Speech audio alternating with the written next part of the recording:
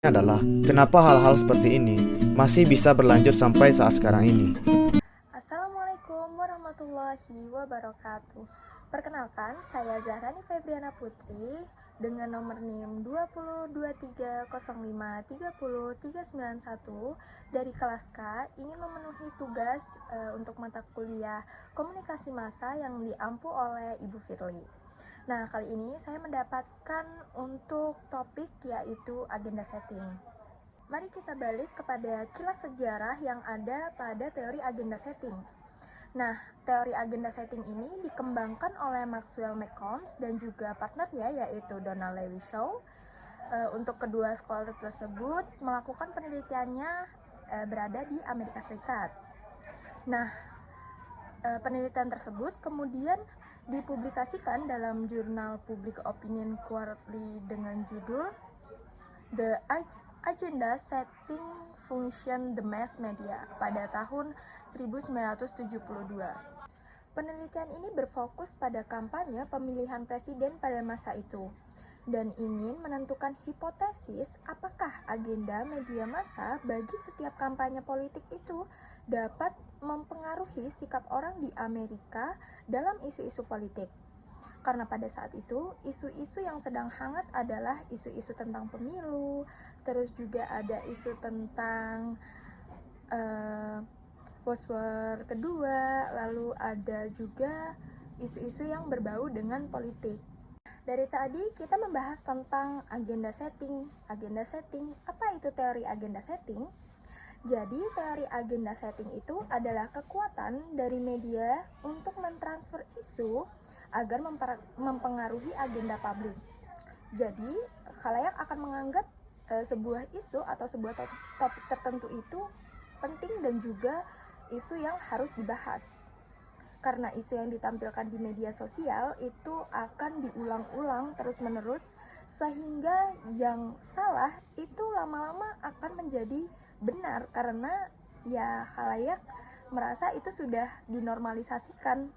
Agenda setting memiliki beberapa dimensi atau proses agenda setting itu sendiri yang akhirnya dikonsumsi oleh khalayak atau masyarakat. Dimensi itu ada agenda publik, agenda media, dan kebijakan agenda.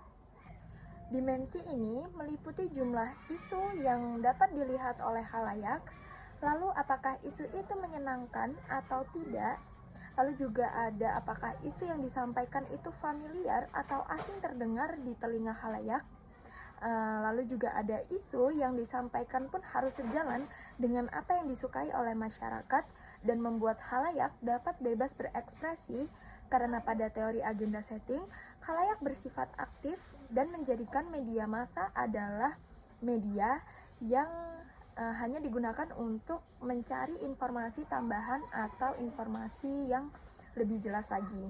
Nah, tentunya pada teori agenda setting tidak semuanya dapat menjadi agenda publik.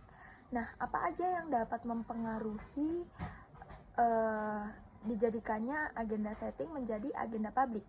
Yang pertama adalah tentang kredibilitas medianya. Di mata khalayak, jika media kurang berkredibilitas, maka belum tentu media tersebut akan menjadi media publik. Contohnya pada saat kemarin di kelas komunikasi massa, Ibu Firly memberikan contoh antara koran Merapi dengan koran Tribun, dan pasti kredibilitasnya berbeda. Nah, yang kedua adalah intensitas medianya. Apakah isu tersebut sering diberitakan atau dikumandangkan, dan apakah itu berpengaruh pada media publiknya dan mempengaruhi pikiran khalayak. Lalu yang ketiga ada faktor isu. Apakah isu yang dibawakan itu relate dan pernah dialami oleh khalayak sehingga khalayak juga merasa setuju dengan isu yang diberitakan. Lalu yang keempat ada pengetahuan dan pengalaman khalayak. Jika isu itu bersentuhan langsung dengan khalayak, maka isu tersebut mungkin dapat dijadikan sebagai agenda publik. Itu tadi mengenai teori agenda setting.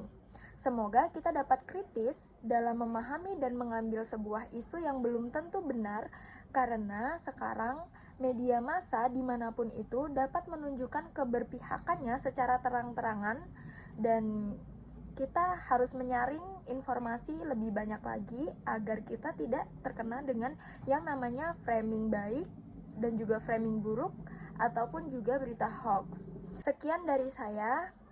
Apabila ada salah kata dan salah perbuatan, saya meminta maaf yang sebesar-besarnya. Wassalamualaikum warahmatullahi wabarakatuh.